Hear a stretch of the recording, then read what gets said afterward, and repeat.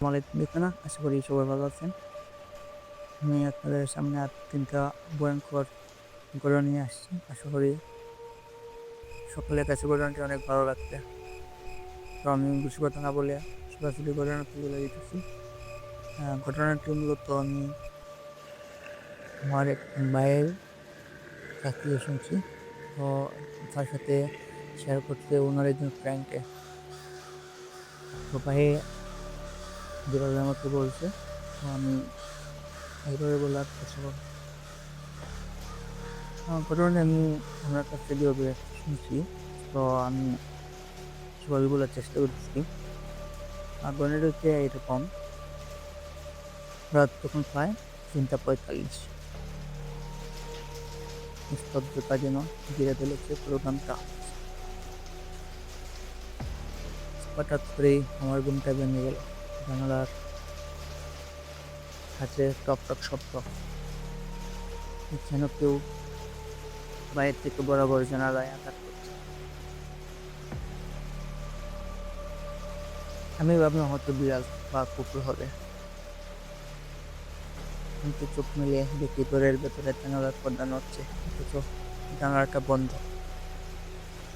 জানালার দরজাটা বন্ধ অবস্থায় আছে। আমি উঠে বসলাম। দুধ দুধ করছে। পানি খেতে গিয়ে একটি গ্লাসটা মেঝেতে পড়ে আছে। ভেঙে চুরমার। অথচ রাতে টিভি টেবিলে রেখেছিলাম। তখনও বিশ্বাস হচ্ছে না, কিছু একটা যেন ঠিক নেই। সেটা বুঝতে পারছিলাম। হঠাৎ দরজাটা খড়খড় করে নড়ে উঠল। প্রয়োজনে বাহির থেকে ধাক্কা দিচ্ছে।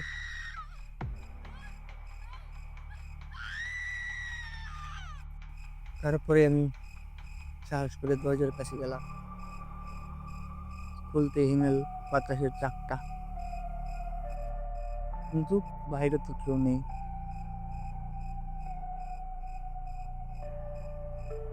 আমি বাইরে ভালো করে চারদিকে তাকালাম, কিছু দেখতে পেলাম না। পরে আমি আবার আমার রুমে চলে আসলাম। কিছুক্ষণ যেতে না যেতে আবার সেই শব্দ। আমি কিছু বুঝে উঠতে পারছিলাম না তখন। পরে আমি আবার দরজাটা খুললাম। দরজা খোলার সাথে সাথে ধোয়ার মতো একটা সাদা ছায়া দেখতে পেলাম, যেটা ধীরে ধীরে সিঁড়ি বেয়ে নামছে। কি ভয়ঙ্কর একটা চেহারা! আমি হতবাক। পা যেন নড়ছিল না, কণ্ঠ শুকিয়ে গেছে। কারো পরিচয় হলো, সেটা আমি সারা জীবনেও ভুলতে পারবো না। হঠাৎ করে লাইট নিভে গেল। লুটপুটে অন্ধকার। জানালার পাশে আবার এসে ছায়া। এবার চোখ দুটি লালচে জ্বল করছে, যেন আমাকে গিলে ফেলবে। আমি কি করবো তখন বুঝে উঠতে পারছিলাম না। কি বলবো, আমার মুখের বাহির ছিল না তখন। তখন আমি এক তীব্র চিৎকার দিয়ে অজ্ঞান হয়ে পড়ে যাই। আমার আর কিছু মনে নেই। সকালে উঠি, আমার মা বাবার ডাকে। তারা বলল, রাতে আমার ঘর থেকে ভয়ানক শব্দ শুনেছে। ঘরে এসে থেকে আমি মেঝেতে পড়ে আছি। ঘরের সবকিছু ঘরের সবকিছু লণ্ডভণ্ড, তছনছ হয়ে পড়ে আছে। জানালা খোলা, আর দেয়ালে লেখা, তোর সময় শেষ। আজও আমি বুঝতে পারিনি সেদিন যা ঘটেছিল তা ছিল স্বপ্ন না সত্যি ভূতের আক্রমণ।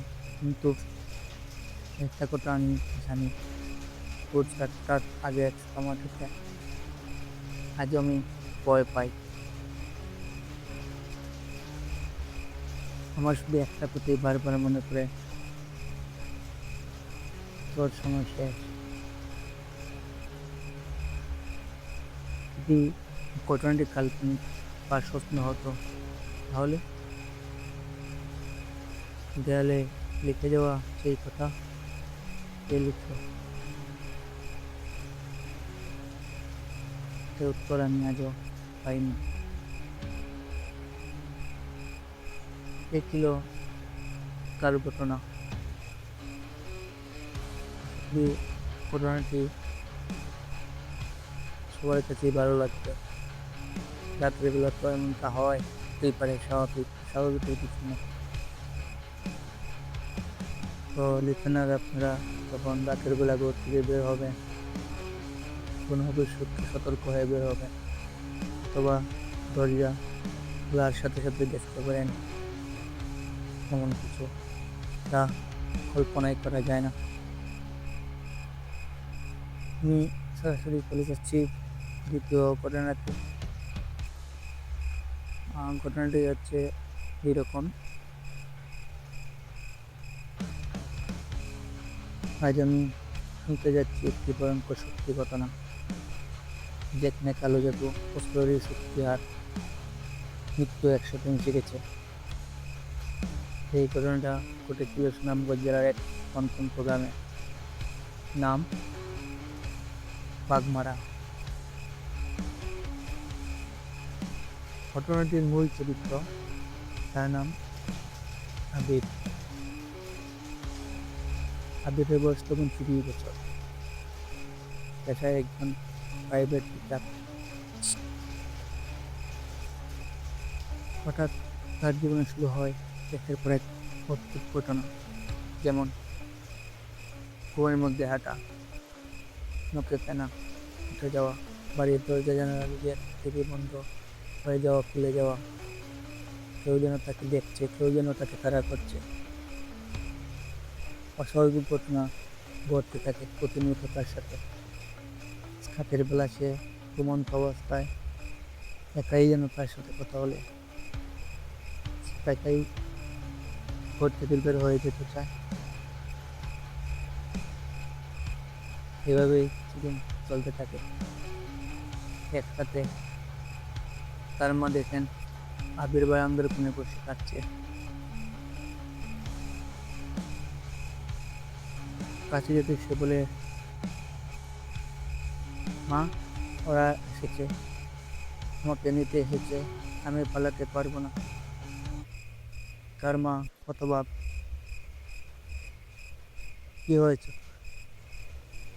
সে পুনরায় বলে, আমাকে নিতে এসেছে, আমি পালাতে পারবো না। পরের দিন আবিরের মা তার বাবাকে বিষয়টি বলেন, আবিরের বাবাকে। টাকা হয় এক গুণিনকে, তিনি বাড়িতে ঢুকে বলেন, আরো কুদৃষ্টির জাদু লেগেছে আবিরের উপর।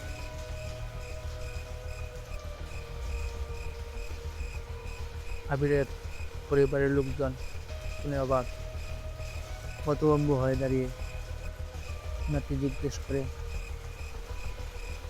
আমাদের তো কেউ নেই, সত্য বলতে তো নেই কেউ যারা এরকম কিছু করতে পারে। স্টুডেন্ট কোনো উত্তর দেয় না, সে শুধু বলে, অনেক আগেই কেউ ওর ছবি নিয়ে কালী পূজায় বলি দিয়েছে।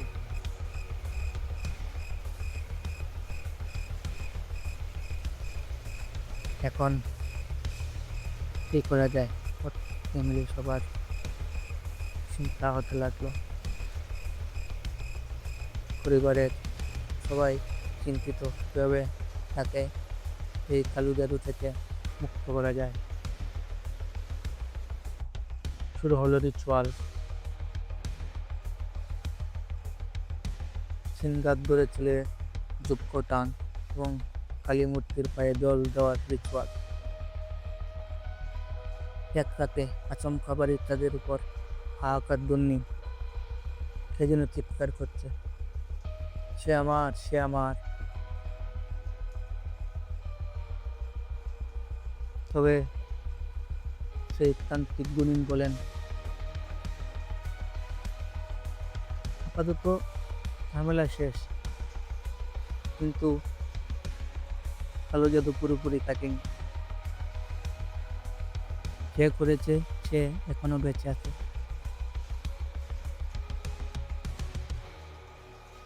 আবিরকে এই গ্রাম ছেড়ে অন্যত্র পাঠিয়ে দাও, হয়তো পরবর্তীতে আরো প্রবলেম হতে পারে।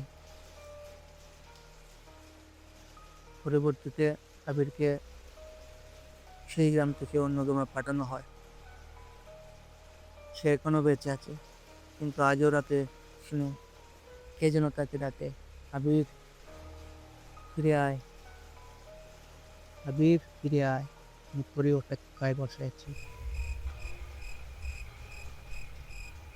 এই ছিল তার ঘটনা, কিন্তু লিসেনার, মানে এক কথায় থেকেই যায়।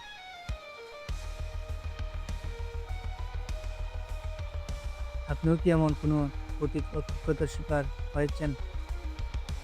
জানাতে ভুলবেন না, কমেন্ট বক্স আপনাদের জন্য খোলা আছে। অবশ্যই আমার এই চ্যানেলটি সাবস্ক্রাইব করবেন এবং আরও বহনবিশ্বর কাহিনীর জন্য অপেক্ষা করবেন। এখন আমি যে ঘটনাটি শেয়ার করতে যাব, ঘটনাটি ঘটে আমার মামার একজন ফ্রেন্ডের সাথে। ঘটনা বললে নয়, আমার মামা ঢাকাতে থাকেন। আমার আপন মামা না, দূর সম্বন্ধে আত্মীয়। আর এই ঘটনাটি ঘটে আমার মামার বন্ধুর সাথে। তো আমার মামা বন্ধুর কাছ থেকে ঘটনাটি কালেক্ট করেছেন।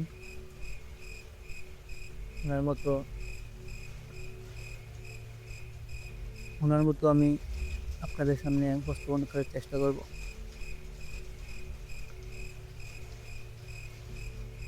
ওনার বন্ধুর নাম রাকি। তো আমি রাকি বলে সম্বোধন করতেছি, যেহেতু উনি আমার মামা। ঢাকায় একটা ছোট্ট অ্যাপার্টমেন্ট দেখা থাকে। অফিস থেকে ফিরে ক্লান্ত শরীরে রাত 12টার দিকে ঘুমিয়ে পড়ি। সারাদিন অফিস করার পর শরীরটা অনেক ক্লান্ত, অনেক ক্ষুধার্ত, অনেক ঘুম পাচ্ছিল আমার।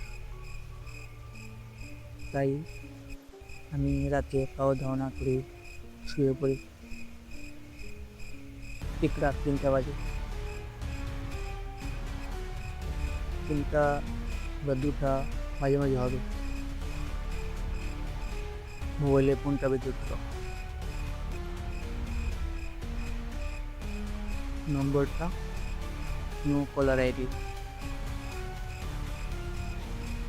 ভাবলাম নো কলার আইডিতে আননোন নাম্বার, এত রাতে কে কল দিল? অফিসের কাউকে এত রাতে কল দেওয়ার কথা না, তাও আবার নো কলার আইডি।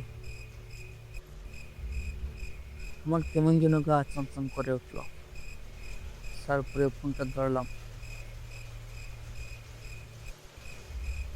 ফোন ধরা মারতেই শুনি এই ফ্ল্যাটটা আমার ছিল, কে আছে ওখানে? এই ফ্ল্যাটটা আমার। আমি কাপড় গলায় বললাম, কে আপনি? কি বলছেন এসব? কোনো উত্তর নেই। হঠাৎ কেটে গেল লাইন। আমিও শুয়ে পড়লাম। ভাবলাম হয়তো একটু নাম্বারে কল দিয়েছে, কি পারে। কিন্তু তারপরেও করে একটা সংগ্রহ থেকে যায়। প্রতিদিনের ন্যায় আমি অফিসে গেলাম। অফিসে গিয়ে তো আমার বারবার রাতের খোলের কথা মনে হচ্ছিল। ফোনটা হাতে নিলাম চেক করার জন্য কল লিস্টটা।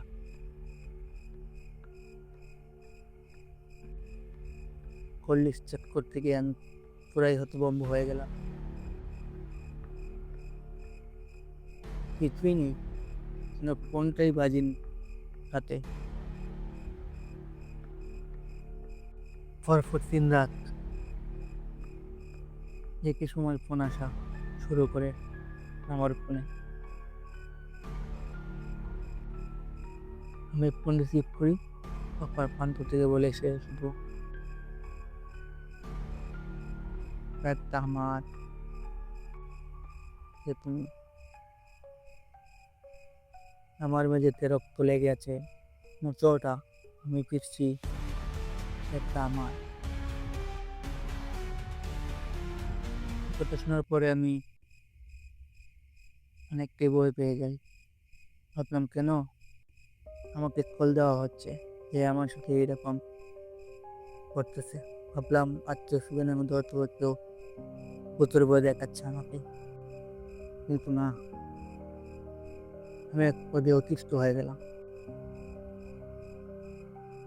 আমি অতিষ্ঠ হয়ে গিয়ে বাড়ির কেয়ারটেকারকে জিজ্ঞেস করি, এই পার্টির ইতিহাস কি, একটু বলুন। ওই দিন যাবৎ আমার মোবাইলে রাতের বেলা আমার নম্বর থেকে ফোন আসছে। ফোন রিসিভ করে আমার সে শুধু বলে, ব্যাগটা আমার রক্ত মেঝেতে লেগে আছে, হচ্ছে ওর ইচ্ছে দেওয়াটা। আমি পিচ্ছি, আমি আসছি। তখন কেয়ারটেকার জানায় এই পেটের নির্মম ভয়ঙ্কর কাহিনী। সে জানায় 2 বছর আগে এই ঘরে একজন বৃদ্ধা আত্মহত্যা করছিলেন। কেউ তার ডেড বডি চিন্দির মোড় খুঁজে পেয়েছিল। সেই রাতে ঠিক 3টার সময় তার আত্মা হেঁটে ঘুরে বেড়ায়, মন সুন্দর আছে। শোনা যায় ওই বুড়ির আত্মা রাত 3টা হলে সেই পেটের চারদিকে ঘুরে বেড়ায়। শেষ রাতে আমি ফোনে বলে করলাম, তুমি যা, আমি ভয় পাই না।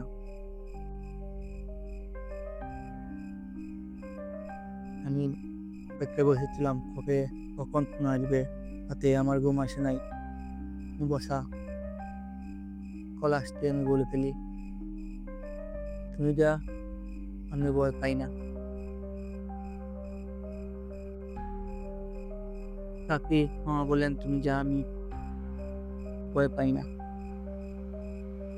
আমি এসব ভূত বিশ্বাস করি না, আত্মা বলে কিছু নেই, আমার ভুল ধারণা। তারপরে সত্যটা ভয়ঙ্কর গর্জনে বেড়ে যেতে থাকে। দরজার টুকটুকি ফোনটা আবার কেটে গেল। আমি ঘুরে দেখি আমার ঘরের দরজা আধা খোলা, আর ঘরের মেঝেতে রক্ত। রাত গর্জনে বলছে সে, আমি তো তোমার সাথেই আছি, তোমার ঘরের ভেতরে।